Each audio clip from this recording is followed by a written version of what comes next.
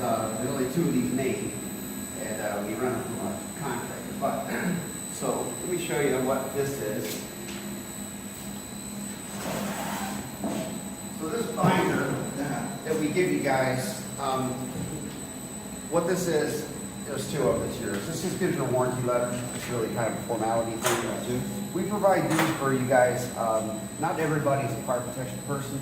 So anything that you'd have in your, like fire alarm panel, sprinkler systems, backflow preventer, which is that silver thing, standpipes, hoses, fire extinguishers, and emergency lighting. Even though we didn't install all this, this tells you your frequency which you have to test. All right, so you show like a quarterly, semi, anything like that. All right, this makes it easy on you. Yeah, that's actually freaking awesome. Yeah, these are your as-built. They're half size, but they're also like, I believe Bart Mal will put them in. Well, they're electronic. Yeah, they're electronic. Yeah. This is just a quick reference guide. Most of the time, we put one of these in your engineering office, management, what have you. And there's 2. So What is mine? These are both yours. Oh, sweet. Yeah, if you need to make a copy, we have it digitally. Awesome. We can go from there. Perfect. So, it's perfect for us. So we can have this as instead of making a spreadsheet, we just use this for the fire, the Anything you got. sprinklers, and So now one thing it's on. to tell you how Yeah, duct detectors, all that stuff. maintenance as far as quarterly, annually, every 12 years, which is great. And I think we do this for you, Immaculata, or Mary Grove, but nonetheless. No, I don't have a Maribro, your ECE. I don't have this yet, but the pocket I'm trying over. No, it's still not. So, no, but this is awesome. This is Are you guys familiar with? great. Keep one and give one to the store. Are you guys familiar with fire protection right now? You guys ever messed with it? Yeah, I'm just doing one in there. We know when you start it up. Okay. We have the same thing that you gave us. Yep. Weekly, 30 minutes. Okay. So, just a quick intro. The water coming into this building, galvanized tells the tale. So it's potable water, drinking water up to there. Once you pass the backflow, it's completely fire protection water. Gotcha. It's a non-potable, non-drinking water. So if anything ever was to happen in this building, the number one thing you want to do is you just shut either one of these valves down. I don't want to either one. Either one of these. Okay. Obviously, turn them to the right. This indicator tells you that's how the water's flowing. Correct. If I turn it the other way, it's going to rotate 90, and that means it's shut off. All right? Yep. When this is normally hooked up, you would shut that. This would drain. Right now, they've got it temporary because they're using there. Yeah. So if you had to drain the individual systems, this sprinkler system does your lower level utility room. Okay. So that's just this small. That's like This is how big it is. This is all you got. But so in the case of emergency, you're never really supposed to shut off the fire suppression system ever till you know what exactly is causing the alarms to go off. Okay. Obviously, a broken pipe is a different scenario. If you have any kind of fire condition, you're best let the fire department do it. If you're not trained, that becomes a big issue with the city. And if it's damaged, shut it off. If it's fire related, let the city take care of it if they get your time. If in the event that somebody did some mechanical damage, was to knock that link out, break the pipe, you name it, you would shut this, which is turning it to the right. Right. There's your indicator back there. Gotcha. Okay? And you just open this all the way up. What this does, it starts taking the water out of the system and stops putting it on the floor wherever it's broke. So you're just setting it down the drain instead of letting it dump on. For example, if it broke over that machinery, I would shut this off, and you open this drain up, it's going to start dumping water. Yep. And you'll start slowing it down where the water's broke or damaged, piping is occurring. Awesome. Okay. Yeah. So, this source goes up, and I'm going to take you to the stairwell. I don't remember the stairwell number, but they always change when you guys put labels on the wall anyway. They're going to be all in one spot, all in one stairwell, one place to go. You don't have to run around trying to hit like miracles to a little bit bigger campus. So you got locations throughout. This guy is pretty straightforward. It's all right here.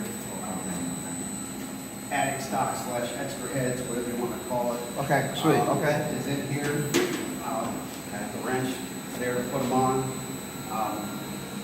Obviously, some places will do that, some places will call. We'll come out and service it, obviously, for the first year of the warranty thing, and if you need service after that, we'll still do it.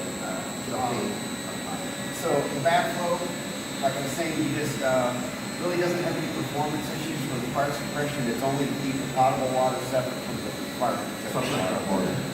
So again, if you had a problem, and here's your gauges too. Yeah, I feel the pressure. Yeah, these just tell you that you got pressure and they're live. If something was going on in the building and you ran down here and you weren't sure which one of these guys was giving you trouble, the gauge will be vibrating back and forth. That'll be the one you want. Ticker ends. It'll be ticking like almost like a watch, and that's the guy that's in trouble. I would address him first. So, real quick, again, these are main controls. They shut down the whole complex. Gotcha. You shut them, you shut everything off, every level, all the floors at one time. For this building? For this building only. Only, okay. Just strictly Immaculata. Gotcha. If you want to shut down individual sprinkler systems per level, which is what you do when you service them, you never shut the whole building down unless there's something really wrong. You just would close this, open this, and it's going to basically take this water pressure out of this basement area. Drain it down the line, okay. Even though I didn't install a fire alarm or didn't do any of that stuff, I will tell you. So there's two scenarios when you go to service a fire protection system. The one of them is they're going to give you a phone number if they haven't already that says you call this company and you put it in test when you need to work on it. Yep. Okay? The big mistake is that gets to where the fire department doesn't get a phone call when this flow switch goes off, so they don't respond. They're told that they're in test, don't respond to address. Correct. 16661 Greenlawn. Follow me? The big thing that happens a lot of times is the panel that's on the job site still has to be put in bypass. Oh, really? Okay? If you don't put the panel in bypass, whether it's that facility or this facility, when you refill the system, this is going to send the whole horns and strobes, everything will go off. The whole complex, every level. It's so two things. When the fire alarm training happens, it's imperative you get your bypass phone number to call your monitoring company, which I'm sure you have the same one. Second thing is you need an instruction or education on how to put the panel that's on the job site in test. And Where's that panel at? That's in the powerhouse. That's usually security do it. Oh. You know, remember, but Oh, yeah. I'll show you again. Okay. But yeah. So it's important that you guys know, when you guys, make sure they give you something in writing, because you're gonna do it about twice every year, maybe, and we're gonna, if it's not just push a button, you know, they want you to, when you go put it in test and take it out of test, you'll obviously verify that there's no red lights. Red is bad. So red is determined exactly like a traffic light. Red is to stop. If you got red lights on there, you don't want to touch nothing until you clear them off. Yellow is just a caution. It's a supervisory. If I were to close this handle right here, I would get a yellow amber light, whatever panel choice company was done. You would get that light on there that tells you I got something closed. These are monitored in a supervisory condition, which is the yellow amber light. Same thing over there. These are monitored in red condition, meaning if this is going off, water's flowing somewhere. So it's an emergency, so it's a stop and address it.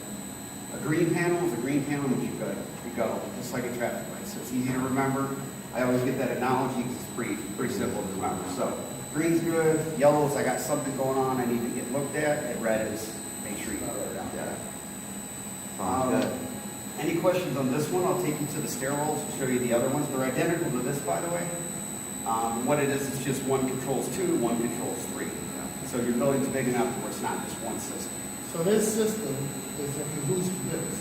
No, this is completely separated. Okay, It's so that's just, got nothing to do with nothing? that's just strictly, those are 2 individual water pumps. Oh, okay. So they're just controlling and they're boosting your city water pressure for your toilets, sinks, etc., faucets, that kind of stuff. When a decision's made, this guy will come back out, and so will that tap up there. This is just temporary till we get some resolution on what happened with the fire pump. Or not fire pump. The lining there needs to get hooked up, remember? Yeah. Pipe. Oh, yeah. It's right there. So that's why this is there, because that, we're gonna get okay from the city and all that Yeah, jazz. so I keep hearing, and I see emails going back and forth, it's not resolved. For today's purposes, one big thing, you guys got a new building, you're gonna go into your first winter. So what you wanna do is all the extremity things that people don't occupy, or just if anything they travel through, such as vestibules and stairwells, always the culprit. Every year, the first building opens up, stairwell heater's not been turned on, you know. Fire protection has to be above 40 degrees, minimum, at all times, 24 hours a day. Unlike your attic over there, there's dry systems, but there's no dry system in Immaculata, everything's wet. So if you go in a stairwell and you walk in and you feel like it's a little chilly, I wouldn't let it go too long. The heads always break first, so then you get the water immediately.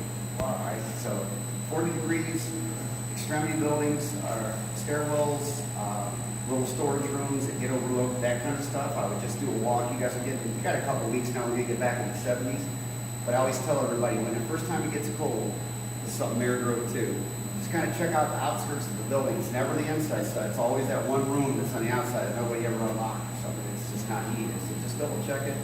Unfortunately, you'll know when it happens, and by that time, you'll have a mess. So just check them out. All right. So is any heads down here? Yeah, right here. Yep. So here, there, there. Okay. Probably every 10 to 12 Oh, feet. yeah, right here, yeah. Okay. These heads, there's water literally sitting right behind that. So this, if it snaps, it's immediate water. It's never, if the kid does it, he'll know exactly which one did it. Right off the bat. He can't outrun the water. Okay. We will shut this off. Answer and then, well, if that already happened, you would have the system.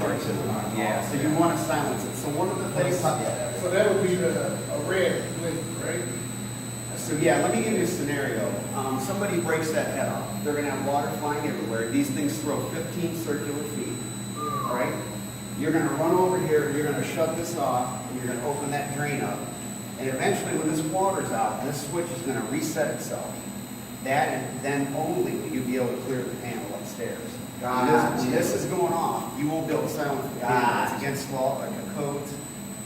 If the flow switch is going off, or you have any type of alarm going off, they're designed to not let you reset it. So that you don't have to, you have to acknowledge the issue first. All right, so this is more fire alarm training, but make sure that you get what you're looking for. And that we always tell everybody, because we come out to services, we can do things to make that not go off, but you got a brand new thing, you deserve the training, get the training on the thing. All right, it's all free, and I believe double check, sometimes there's a refresher in there. So if you go 11 months, if you don't remember, it wouldn't hurt to hit that 11th month. Refresher, hey. Yeah. So if someone breaks that, that would also send a signal to the fire department too? Right here, this will go off. It'll So set. somebody just, if it snaps because of cold weather or a Yep. hammer, the fire department will know. Yep. As soon as that breaks, this is going to go off within 30 to 60 seconds, and all the horns and strobes in the whole building are going to go off. Your monitoring company's going to get that signal. They're going to send the fire trucks. They're going to have it automatically. Probably within 7 minutes, they'll be at your door. And that's a cost too, right? If it's a false alarm, the first one, the second one, I don't know. If it happens a lot, it gets expensive. And it depends on your My building. house is like 500 they come out, so I know here. you have to break. So it depends on your building. If you got a high rise and they roll like a ladder truck or something, Hello, Carl. it's crazy money. This will just get your normal engine truck. So, you guys got any questions on this? No, I think it's pretty good.